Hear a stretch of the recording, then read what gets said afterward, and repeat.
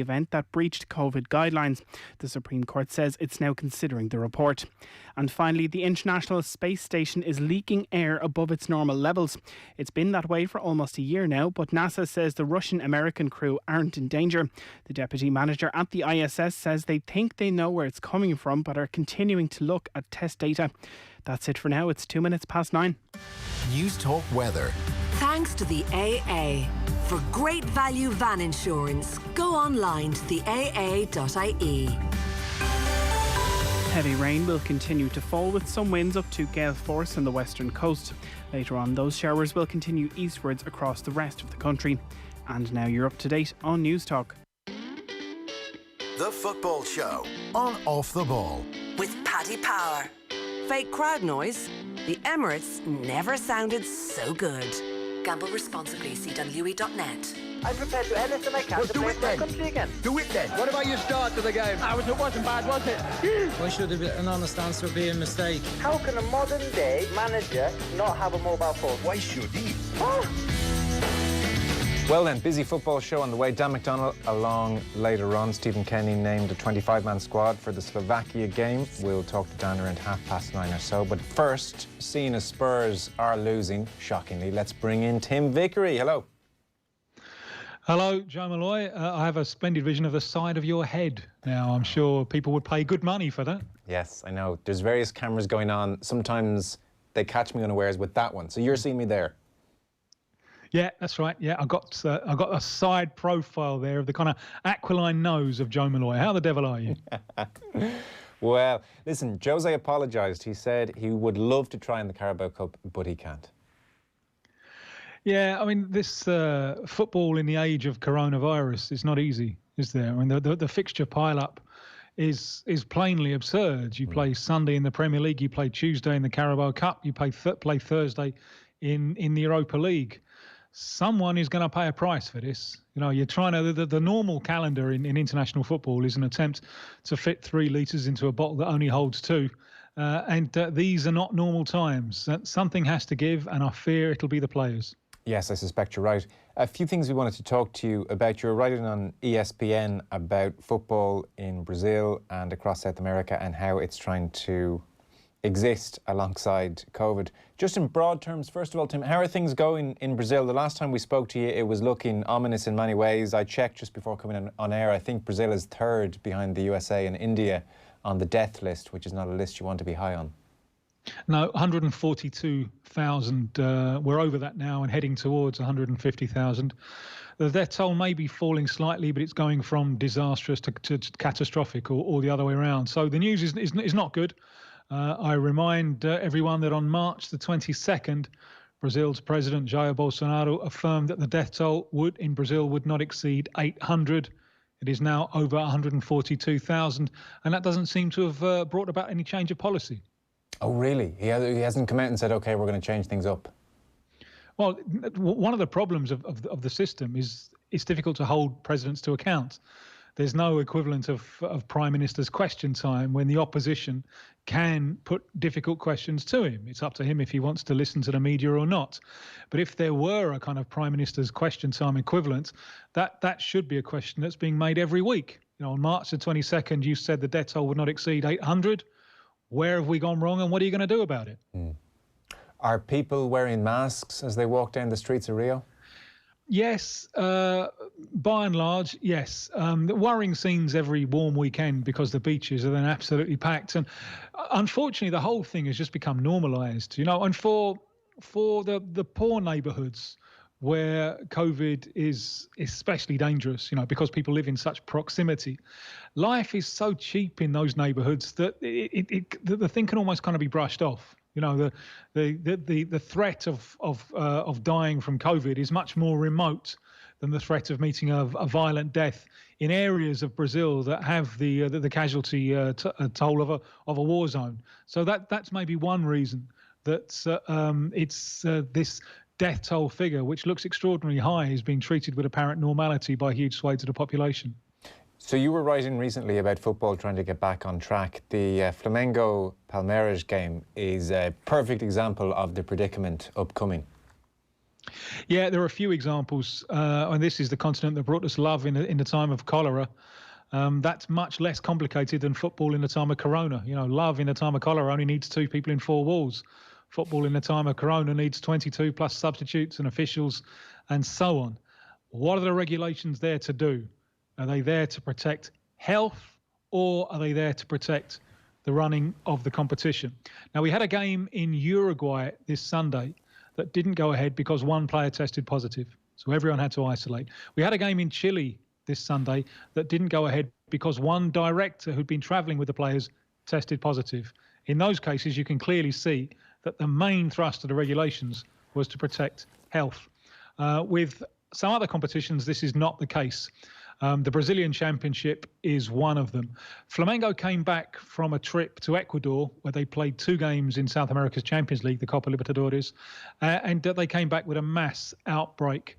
From that delegation, around 30 tested positive. In total, it went up to 20 players, I believe, the coach, some of the coaching staff, and some of the directors. Now, they wanted their game on Sunday away to Palmeiras. They wanted that game to be called off. It is the crunch game. Flamengo are the reigning champions. Palmeiras, their leading domestic rivals, are champions of the year before. So it's an absolutely crunch game. Flamengo wanted it to be called off. The regulations are absolutely adamant. The show must go on. Other clubs have played and will be playing games when a number of players have tested positive. So Flamengo, when they went either to the Brazilian FA or to the sports justice system, their efforts to get this game suspended were denied. Eventually, going through the Rio Players Union, they managed to get a judge in a labour court in Rio to suspend the game. But anyone au fait with the way things happen in Brazil knows that this is not definitive. This is just one round in a long legal battle. And Flamengo realised this because they travelled to the game and went to the stadium. Everyone is waiting for the suspension of the game to be suspended. And in the end, that's what happened. With 18 minutes to go to the scheduled kickoff, Flamengo's game was back on. And Palmeiras, who wanted to play the game, whose players said they wanted to play the game because they're deriving a sporting benefit. They're up against a team of many rookies there. The average age of the Flamengo team were 21. Well, it didn't work out for Palmeiras because the game was a 1-1 draw. But anything that happened on the field was not nearly as tense and dramatic as all the legal machinations going on behind the scenes. Wow, extraordinary. I mean, 20. I can understand if people think 1 director in that Chile situation is excessive, you know, or 1 player maybe is excessive. We saw, you know, West Ham continued when David Moyes and some players tested positive and things seemed to be okay. But 20, I mean, you would just think common sense kicks in and everyone goes, oh, okay, well, we'll postpone this. Why the pressure? Are they under massive scheduling pressure, or are they taking their lead from Bolsonaro? It's the schedule. It's scheduling pressure, really. It's well, if this game doesn't go ahead, then other clubs will do the same, and the whole thing will ground to a halt. And we need that income. So the pressures are financial, I think, more than anything else. And a few days earlier, just by coincidence, all roads seem to lead to Flamengo at the moment. They played on the previous Tuesday in the Libertadores, the Champions League. This was in the city of Guayaquil in Barcelona, against Barcelona. And the epidemic was already evidence that the full total of people had yet to test positive, but a number had. And Guayaquil is a city traumatized by coronavirus because a few months ago that was in serious problems. They worked very hard to try and get on top of it. The local health authorities in Guayaquil didn't want the game to go ahead. So they got in touch with CONMEBOL, which is South America's UEFA. It's the administrators of the tournament. And they said, look, we don't want this game to go ahead. They didn't get any joy from that. So the way they found to stop the game going on was to suspend the stadium. The stadium cannot stage games. But at this point, the political levers all start getting pushed all over the place because, again, there's a desire for the tournament, the games to go ahead, whatever. For this reason, squads have been increased from 30 to 50 exactly to give clubs cover in case there is a mass outbreak of coronavirus. So although the local health authorities in Guayaquil didn't want the game to go ahead, they were overruled by the national health authorities of Ecuador, obviously with pressure from the football authorities being brought to bear. So Flamengo, while they're in Ecuador, they played 2 games. The first opponent has subsequently detected an outbreak of coronavirus in their ranks. The numbers keep going up. I think it's 8 at last count. They are due in Rio tomorrow to play Flamengo, but this is now 2 teams who are suffering from coronavirus, but the game will go on because that's what the regulations are there for, to ensure that the game goes ahead. This is it's starting to sound unsustainable. The virus is going to catch up here. Well, it does seem that way. And next week, this goes global, because next week is scheduled to be the kickoff for South America's World Cup qualifiers. Now, the players who represent the South American teams will gather from all across the globe. So it's hard enough just getting them there safely. At least in South America, there are health protocols which really cover from the cradle to the grave, you know, from the start of the team's journey to a visiting country all the way back. Now you're trying to gather the players from all across Europe and Asia and North America, and I wonder if we're going to have problems here. There's a number of players who are based in the United States, and Major League Soccer is saying that it doesn't want to release its players for World Cup qualifiers in South America. That North American region, CONCACAF, North, Central America and the Caribbean, because of the coronavirus, they've scrapped their World Cup qualifiers this month and next month, and they won't get underway until next March. South America hasn't gone down the same road. So the MLS clubs, or the MLS itself, which owns the players, the MLS is saying that it's reluctant to release players.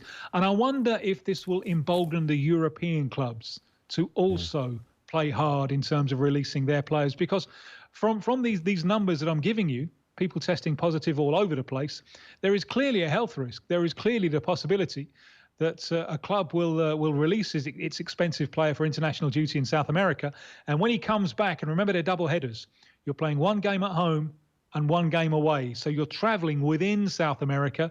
You're leaving your own training complex in your home ground, and you're going to hotels abroad where it seems clear that it's harder to enforce all of the protocols. There is a real danger that players will return back to their clubs having been contaminated with coronavirus.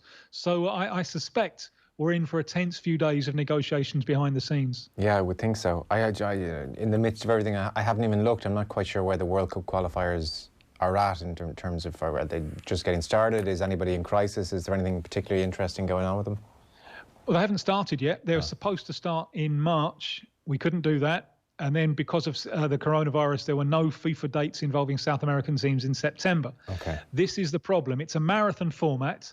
It's 18 rounds, all 10 sides meeting each other home and away.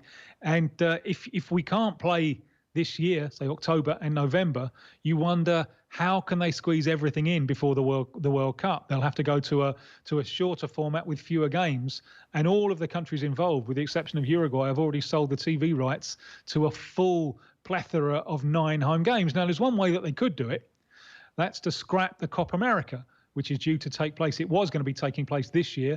Instead, it's been moved to June and July next year. It's an unwieldy tournament held in both Argentina and Colombia, 2 countries at opposite ends of a large continent. There are a lot of games there, and it's the easiest way for them to fit everything in would to be scrap the Copa America and use that time in order to catch up on a backlog of World Cup qualifiers. But again, TV rights have all been sold, so South American football is engaged in this battle to try and get everything to fit in, and that's difficult enough when times are good. When you lose 6 months from the international calendar, then that really becomes a problem. What's the story with fans at stadiums? Again, all roads lead to Flamengo. At the moment in South America, there are no fans in stadiums. Brazil's health ministry has authorised a return of fans in stadiums to 20% of stadium capacity based on the consent of the local authorities. Now, remember with Brazil's health ministry, this is the health ministry of the Bolsonaro government. One health minister was sacked because he favoured social distancing. Another resigned for similar reasons. And the one in charge now is a military man with no previous health experience. So what they say should perhaps be taken with a pinch of salt. And we're going to problems here because Flamengo here in Rio, they would like to play with fans in a stadium. That would be 20,000 people in the Maracanã stadium. Now, their view is that if the health authorities give them the go-ahead to do it, then it can be done.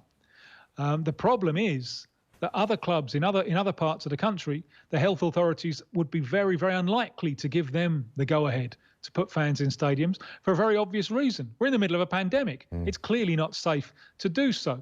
So there was a meeting last Saturday where 19 of the 21st Division clubs gathered, and they voted 19-0 not to have fans in the stadium. Flamengo didn't send a representative to this virtual meeting because Flamengo's position, as I understand it, is that it's not for other clubs to decide whether or not they can have fans inside the stadium. So it's for the health authorities. This has real potential to bring the championship screaming to a halt, even though everyone wants it to go ahead because they need that revenue. Because if Flamengo can have fans in the stadiums and other clubs can't, then that really is a recipe for disaster. So there's the common sense is at a minimum in Brazil at the moment, and the desperation to push ahead with games or with fans in the stadium, that seems to be at a maximum. And just how precarious is the financial situation? Well, football in South America lives close to the edge even in the best of times. These are not the best of times. So there are clearly huge financial pressures, and some club directors have worried about the industry, even at the elite level, even going bust. With a prolonged lack of revenue. The TV revenue is coming in. Sponsorship revenue is coming in. So the big loser at the moment is revenue from the box office, which is not as great in Brazil as it could be. The average crowds here are not as high as they should be. They've been lagging behind Major League Soccer in the United States for a few years.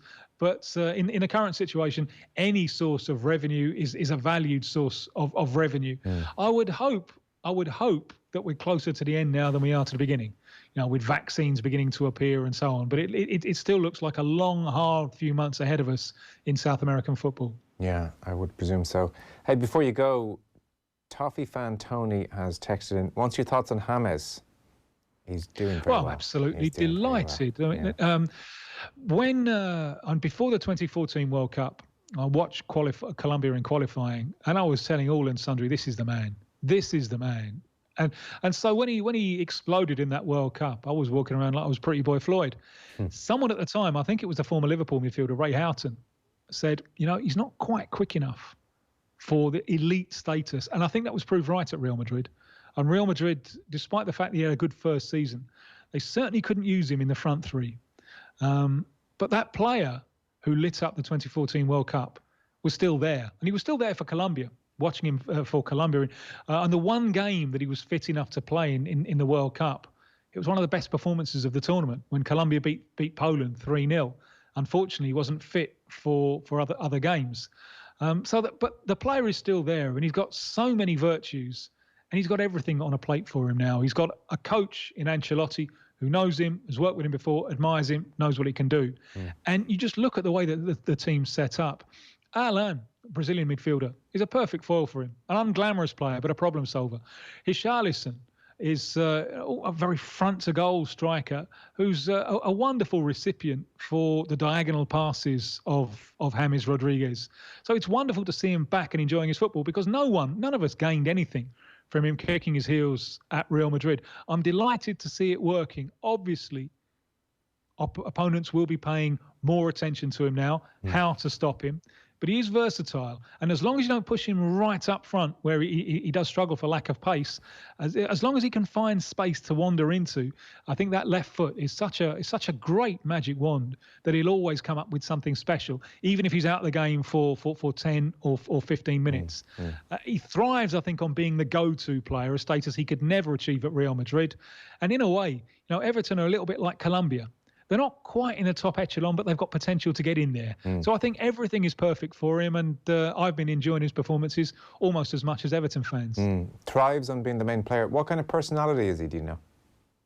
Well, I've never spoken to him, so these things, they always come across as a little bit second-hand. Sure. But I think with Colombia, it's been clear that he loves being that go-to player. I think he shrunk a little bit at Real Madrid when he couldn't win that status, when he didn't have quite enough, and it was obviously Cristiano Ronaldo was the king of the hill when he first went there. So I think he's thriving on being important. But I also think, again, looking at him through the way he expresses his personality on the field, I think he's a giver. I think he wants to give to the cause. So, just 2-3 weeks ago, some people seem to be suggesting this was money down a rat hole. It already looks like a master stroke for Everton. Yeah, it certainly does. Listen, as ever, real pleasure. Tim Vickery, thanks so much. My pleasure. Thank you. Football on Off the Ball. With Paddy Power. New normal, same old football. Paddy Power. Gamble responsibly. CWE.net. News Talk Breakfast. Will our hospitals be overrun this winter?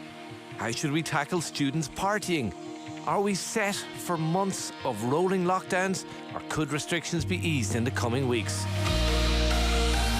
As we head into our winter of discontent, join us tomorrow from 7 on News Talk Breakfast, and we'll be putting these questions and more to HSE boss Paul Reid. News Talk Breakfast with Ciara Kelly and Shane Coleman. In association with AIR. Tomorrow morning from 7. On News Talk. Vodafone is now Ireland's largest fibre broadband provider. We've got fibre broadband here. Here. Here. But most importantly, we've got it here. Upstairs from here. And luckily here in the next bedroom. So you can wander from the comfort of your own sofa. Curiosity is everywhere on Vodafone, Ireland's largest fibre broadband provider, from €30 per month. Terms apply, subject to availability in selected areas. Average speeds based on Comreg market share data Q1 2020. New customers only, subject to 12-month contract. Offer ends 22nd of November 2020. See Vodafone.ie fixed terms for full terms. Now more than ever, protecting your family, staff and customers is critical. Introducing Noveris Home and Business Air Disinfection. Made in Ireland, our range of medical-grade devices are scientifically proven to kill airborne viruses. Simply plug in and protect 24/7. Noveris. You can't disinfect the air. We can. Order online now at noveris.ie. It takes a certain kind of brave to run a business. At AIB, we know that right now this is especially true, which is why we're offering low-cost, flexible finance to businesses through the government's new COVID-19 credit guarantee scheme, so that you can keep your business going and growing. Inquire online at aib.ie/SBCI or talk to us today on 0818 227 058. Lines open from Monday to Friday, 9 a.m. to 5 p.m. AIB, we back brave. Lender criteria, terms and conditions apply. Allied Irish Banks PLC is regulated by the Central Bank of Ireland. Football on Off the Ball. With Paddy Power. Minimal contact in stadiums shouldn't stop the usual suspects from going down. Gamble responsibly. CWE.net. When you walk through a storm, hold your head up high. And don't be afraid of the dark.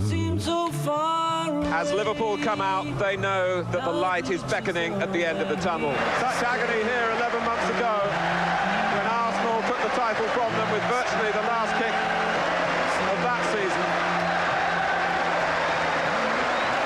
Lesser clubs than Liverpool would have taken years to recover from that, but here failure only stimulates more urgent searches for success.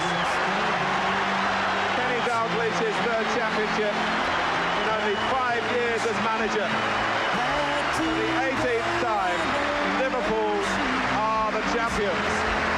At the end of a storm, there's a golden sky with the sweet silver song of the lark. For me, one of the biggest clubs in the world, and gave me this opportunity to try to help in a situation that's not so difficult like all the people in this room feel. I think it's not the perfect moment, of course, but I feel it's a good moment to come here, and so I feel really proud. a couple of people who can tell you, yeah, but you didn't win. So now, let's talk about 6, baby.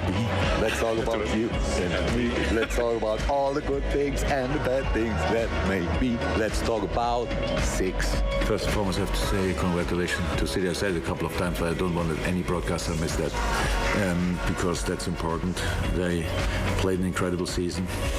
We did as well, but you won it, and that's congratulations to Pep and all the people from Manchester City. Liverpool had the greatest season in their entire life, and they still came second. It's too funny. Back close to Sadio Mane, who makes it 3-0. What a ball from Jordan Henderson in behind the Manchester City defence, and a diving header from Sadio Mane surely seals all 3 points, and a huge victory for Liverpool. It's Liverpool 3, Manchester City 0. Sadio Mane. Oh, Salah to Salah for Liverpool. Salah scores in front of the Kop, and Liverpool are going 16 points clear at the top of the Premier League table. And Alisson runs the length of the pitch to celebrate. It's 2-0 at Anfield, and it's never heard noise like it. Mo Salah wins the game for Liverpool. Walk on through the wind, walk on through the rain, though your dreams be tossed and torn. Walk on, with hope in your heart, and you'll never walk alone. You'll never walk alone. Jesus, Gilesy, stop. I was in tears. Dan McDonnell, Irish Independent, hello. I actually hadn't heard that before. That was Giles at the end, was it? Sure was, yeah. It's lovely. Powerful stuff, yeah. Yeah. Oh, God. That was, God, what are we going to talk about to follow that? You know, let's talk about football. I know. Well, Spurs have just equalised. What am I saying? It's getting late. Spurs have just equalised against Chelsea. Eric Lamela on 83 minutes. So Timo Werner scored the opener for Chelsea, and Eric Lamela has made it 1-1 in the Carabao Cup. Daniel McDonnell of the Irish Independent with us. Podcast listeners, as you know, we were speaking to Dan earlier on. Stephen Kenny in town.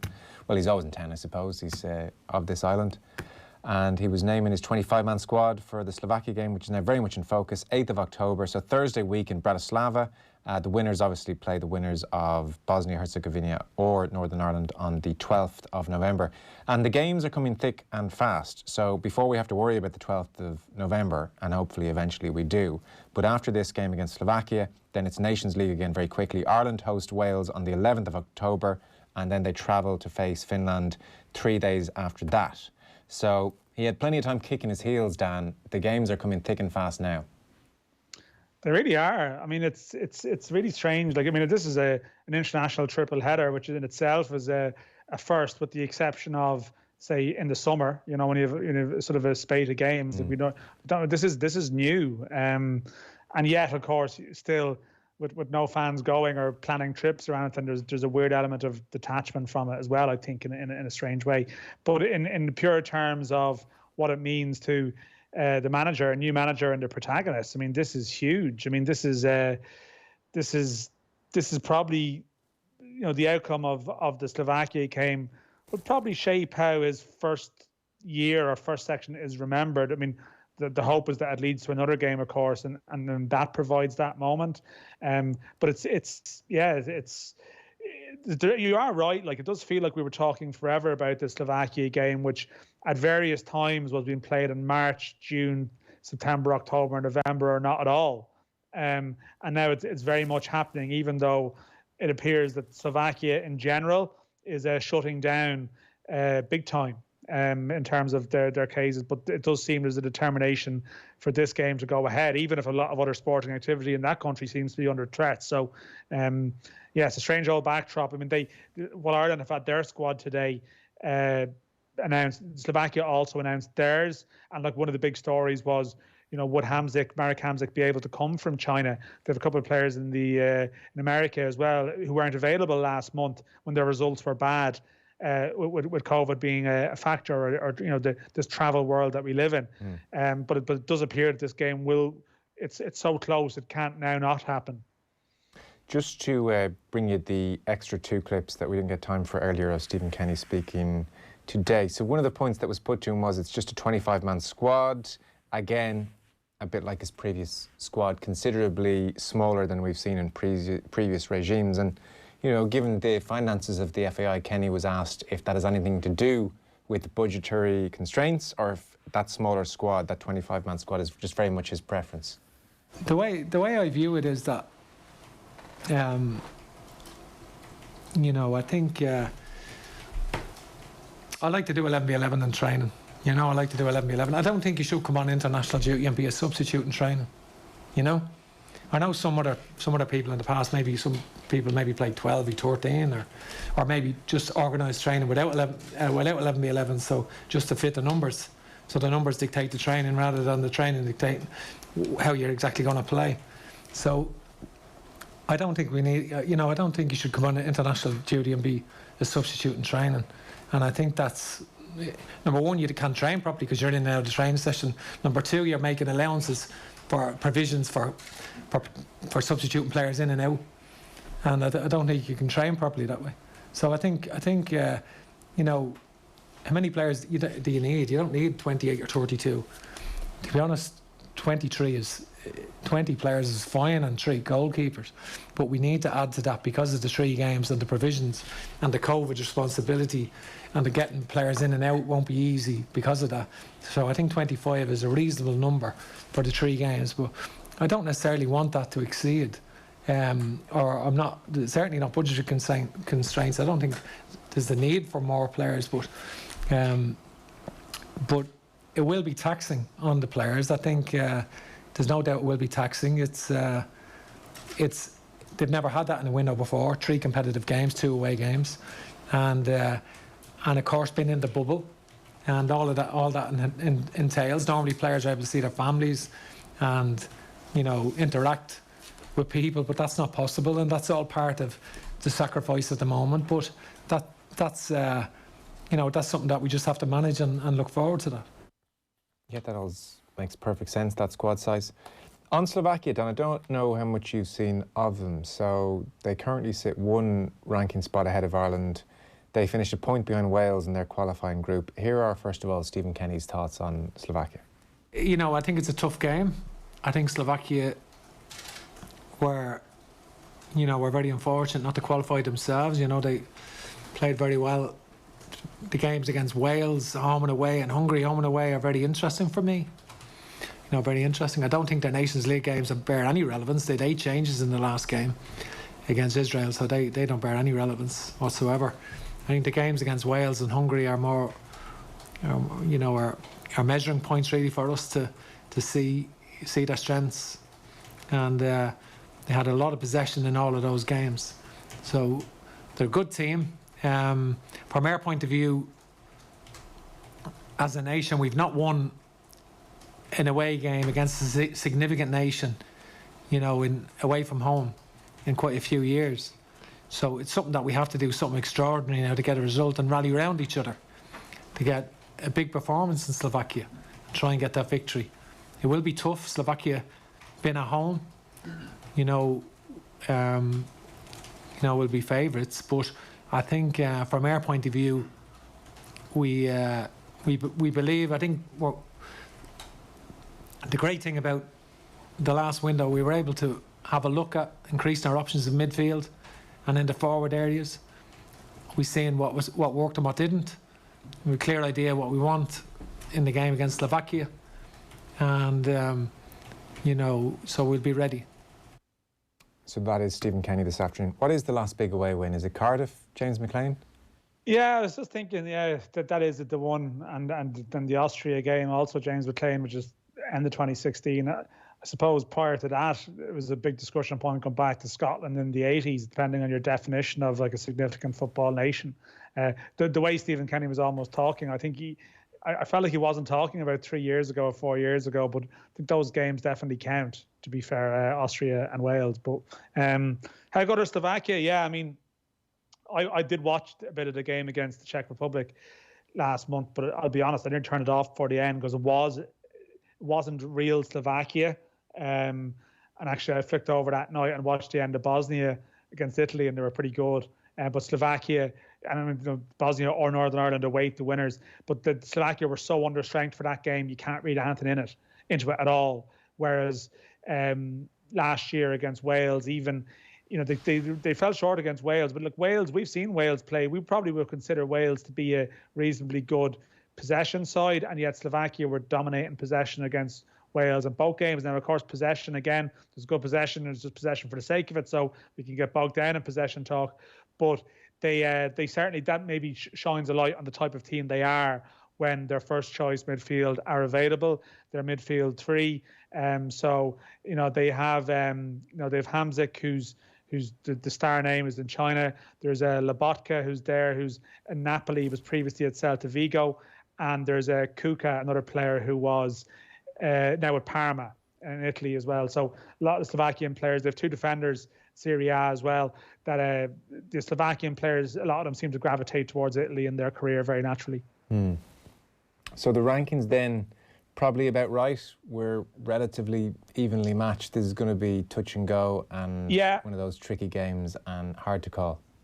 Yeah, I mean, I suppose, it makes sense that it would be evenly matched given it's through the Nations League route. So the two teams were in the same league in the Nations League, and they both finished third in their groups. So there's massive parallels in their results across the last 2-3 years, and I think there'll be more work done on Slovakia between now and then. Dubravka, their goalkeeper, the Newcastle goalkeeper, is out of the game, which is definitely, good news from an Irish perspective. They have a backup who's at Fulham. And there's another guy who played actually for Slovan Bratislava against Dundalk last year, Dominic Grief, who was excellent in that game. But it doesn't look like he's going to play. But yeah, their squad, it's funny. You wonder what they say in Slovakian news talk, or I'm sure they have a better name for it than that. But Slovakian off the ball. Like, it probably would be a catchier version of it. Like, I wonder, did they just, do you know the way that in Ireland we tend to look at, you're about to play Bosnia, and it's like, well, look at Dzeko doing this, and look at sort of Pjanic doing that. I wonder, do they look at it and go, there's Aaron Connolly scoring in the Premier League, there's Conor Hourihane scoring at the weekend, there's Callum Robinson scoring twice at the weekend, and that stuff we talked about earlier on, that the Premier League is the most watched league in the world, and there's a lot of Irish players in it at the moment. So I wonder, does that shape the perception of how our players are viewed? Yeah. Because you could just as easily imagine that if there was a young Slovakian playing for Brighton, playing the same way as Aaron Connolly, we'd be talking about them and going, oh, what's going on here? The one to watch. So do we undersell ourselves at times too? That's obviously sometimes we can overrate our players. That's the perception, but you can look at it both ways. When you look at where opposition players play, and you think, actually, Ireland have a lot of players at good clubs. Well, if you'd said, look, Slovakia have 16 Premier League players, that would make us all sit up a bit straighter. We should be able to put together a very, very decent side with that kind of ammunition. So, broad terms, we touched on selection dilemmas, or certainly the initial dilemma for Stephen Kenny, which is the Coleman-Doherty one. We don't need to rehash that. People can make up their own minds. Based on what we saw, Bulgaria-Finland, we saw an intent to play football, absolutely, with varying degrees of success, and I think that's to be expected. We didn't become fluid and brilliant overnight, but the intent was there, and that's good. Worryingly, we saw some defensive lapses we're not quite used to seeing. That's kind of they're the big two takeaways from the first couple of games. But the big changes to the personnel. So who's definitely in, do we think, and who's maybe out? Yeah, I think it's a fair summation of the two games, and I think Stephen Kenny probably believes, and this is to not even reading between the lines, it's just interpreting what he said today. Really, I was in a separate section, but I think the flavour of the stuff was very similar across everywhere he spoke today. That I think there's a view that when his players are now that his players are match sharp, that it'll be easier for them to operate the system that they adopted last month, and you can see, and I think it was Gary Breen on this show, pretty much flagged a concern, the gaps between Matt Doherty and Shane Duffy. even the goal that Bulgaria scored, you could see James McCarthy was a small bit sluggish as well.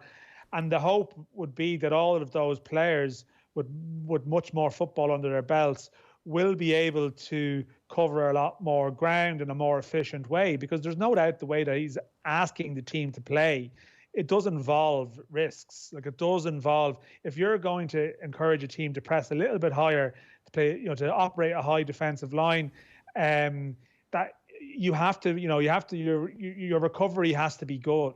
Like you look at the best teams in the world. Like, you look at Liverpool last night, and they still they play in a particular way, but they give teams chances. But they have this incredible ability to cover because they're athletic. And I think like a Stephen Kenny team playing that way needs to be really energetic and to cover ground. And that's why the mitigating factor you could offer last month was that when players weren't sharp, it was exposed. And even they looked a bit tired even towards the end of the Finland game.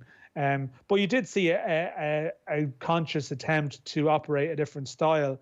But it's not going to be an easy fit. I think there's no doubt what's going to be interesting is probably the front three. And look, it leans into what you're discussing there about selection issues that he faces. It was very much a front three in those games, in the sense it was Aaron Connolly and Ida and then O'Dowda. I think if he picks Aaron Connolly on the left side, then that's a statement of intent, because Aaron Connolly isn't naturally someone who'll come back and cover like James McLean does. And he said that himself. He's not, as in Stephen Kenny has said that in the past, that Aaron Connolly's not going to come back and get behind the fullback and make tackles like James McLean will if he's there. But if you then have like a front three with that real attacking responsibility, that the front three are almost strikers, there's a lot of onus on your midfielders, to be real, to be all-rounders that can really get around the park. And that's why where the statement of intent will or will not be, is there a temptation to bring back a McLean or to bring back, say, a right-sided player who's viewed more defensively astute, like a Robbie Brady or someone on that side, that it's more of a 4-5-1, I guess, than a 4-3-3. And that's crucial to what happens. I think that's crucial to the style. And if he sticks with that, then if he sticks with the 4-3-3 style system, like they just need to be a lot sharper in their application, or else they are going to leave gaps and they will be punished by good sides. But I think they're putting a lot of stock on people physically being able to cover ground better than they could in those games. And 4-5-1 or 4-3-3, regardless, what's the middle three? James McCarthy will play, I think. Anytime James McCarthy is mentioned, I think he's enthused. So I think the Robbie Brady's probably, I think, needed to play more football with Burnley. I think all things being equal, everyone being 100% fit, I think Robbie Brady would probably have a really, really good chance of starting. But I think the fact he's played so little football, it might be hard for him. He'll definitely get on the pitch if he's there. So I think McCarthy's a cert. I would say Hendrick is a cert. And I think it probably comes down to I don't think Malumbi can really go into that game on the strength of one game, and also the fact that he hasn't been playing for Brighton since. So I think it's going to be a decision whether you go with Conor Hourihane or do you go with Harry Arter, which is slightly different. But it's, he was, I think he was impressed by Arter against Finland, and he's got to move to Nottingham Forest now, when it looked like he might join Fulham. I sort of think that's going to be the decision. I think he'll play Hendrick. I think he'll play McCarthy. And I think it's going to be Arter or Hourihane. Now, do you change the shape of your midfield? Like, is there a temptation to play almost McCarthy and Arter almost next to each other? Whereas that wasn't the case when in Bulgaria. It was McCarthy was very much, the number 6, and it was at the base, and there was a player either side of him. So it's possible he just goes with that 3 again. But I think Arter's the one that's pushing more than anyone to break into the 3 that played in Bulgaria. That's the way I would look at it. Yeah. Speaking of McCarthy, actually, and I know he definitely has his critics. Kenny absolutely likes him. I didn't talk to you about this. I was kind of away on holiday, so I wasn't really on around these games. But it jumped out a mile in the Bulgaria game. remember Duffy took the ball into midfield like in the first minute and lost it, and then attempted to do it on another occasion and lost it as well, and almost Duffy lost his nerve a little bit, and McCarthy was remonstrating with him. You know, several times when Duffy got the ball, McCarthy was almost two-handed gesturing for him. You're meant to carry it into midfield, draw a man and slip it to me. And Duffy, I don't think Duffy liked the look of that. You know, maybe he wasn't feeling his sharpest given where we were in the season, but McCarthy was livid with him, and visibly so. And you know, I heard John Giles here on the station subsequent to that saying, well, it's all very well pointing, and you know, and I accept that as well. But things like that, ironing that kind of stuff out, you know, McCarthy clearly had one idea about what Duffy was meant to do, and Duffy maybe knew what he was meant to do and didn't fancy it, or maybe he had a different interpretation. My point is, like, these are the growing pains as you're trying to put together patterns of play. The notion that will somehow be fluid and together for the Slovakia game feels a bit unrealistic, which brings me to the point we could be looking at a James McLean type scenario and more of a 5-1 scenario, and just that touch more pragmatism. Not that I think Stephen Kenny has lost the vision that they're hoping to get to, but the importance of this game is such that, you know, it might just have to be a little bit on ice for 90 minutes here, and let's shore things up and let's see where we are. Yeah, I don't think that even if there may be personnel decisions that lean that way, but I still think that Shane Duffy and James McCarthy will still be in those scenarios where they're expected to play in that way. Yeah, they it's just that I think but it's a valid point you make that there's this game and then there's the broader project, for you want of a better term, and there is 2 other games in this international window. You know, there's games against Wales and Finland where you know the players that you see as part of the future, like they could play in all of those games. You know, they could play in all the Nations League games. But yeah, you might do something different for Slovakia because you have to win. But I also think as well that he does think that the best way to win is playing that way. It's just, there's just in individual situations. Like I did make the point, and I don't even know if I agree with myself on this, but I did look at the last 15 minutes of the Finland game, the way things played out, that he took off Ida and brought on McGoldrick. He took off Connolly and McLean, and then O'Dowda had come off through injury just naturally. Maybe that one not so much, but Callum Robinson, and like the front 3 at the end was McLean, McGoldrick, Robinson, and I was wondering, is this maybe with that in mind, you know, that see how they get on together, because McGoldrick could only come in and play, he was only going to play. Now that could just be coincidental, but I guess what I'm saying is didn't necessarily need to take a look at James McLean to see what he can offer. He knows what he can offer. And the fact that he brought him on, I wondered, was that with his scenario in mind? And it's possible there may be something in that, but I also think that since then, like Aaron Connolly is playing so well, that there's a real just compelling case for having him on the pitch somewhere, somehow. I agree. I'd love to see him start. You'd love to see Connolly start, and he's shown enough. And I still think, by the way, Duffy will absolutely be encouraged to walk into midfield with the ball, draw a man, and slip to McCarthy. And by the way, John Egan is more equipped to do that. I think Bulgaria sensed maybe Duffy was the man. Let's let Duffy try and do this. And he's going to have to improve that aspect of his game under a Stephen Kenny team. But I guess if Slovakia are good in possession, as Kenny said there and as you've referenced, maybe he does need to think about spells where Ireland are out of possession. And you know, it's complicated, you know, and these are the conundrums. It's tough. Like, I mean, like the thing about Bulgaria was, like, it's a funny one. I know you want to move on, but that you play Bulgaria and you always assume that they're going to be coming on to you. But he went away from home to play against a team that sat deep, and I think that was a bit disconcerting. You know, whereas Slovakia are going to dominate the ball a bit more. So maybe the setup would be better suited to playing that type of team, and then you're using Connolly on the break. Whereas there was actually no opportunities to use him on the break in that game because Bulgaria were that deep. That was just one of the curious aspects of it. And outside, who's our resident Celtic expert, tells me that Shane Duffy has been carrying the ball a bit out of defence for Celtic of late. So he's going to get loads of practice with that with Celtic, that's for sure. No, that's a good point. That's good. That's a really good point. It's true. Before you do go, Aviva Stadium, Thursday, 7:30, €3 million game, Dundalk against Classic. I've brushed through the pronunciation there, Dan. Let's leave it at that. Cá classic. We just recorded a podcast with a guest from Faroese football expert, so we got a bit of a Cá classic. The Faroes. They're up against the Faroes. Yeah. Talk to me. You've got 2-3 minutes here. Dundalk against the Faroes. This is obviously, stakes couldn't be higher.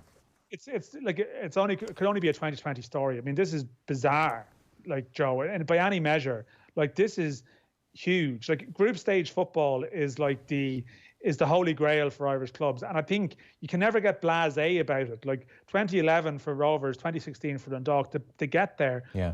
Like, were incredible achievements. Like, really, really, to me, they compare favourably with any Irish sporting achievement of that era. Yeah. Purely in terms of performance relative to scale, resources, etc.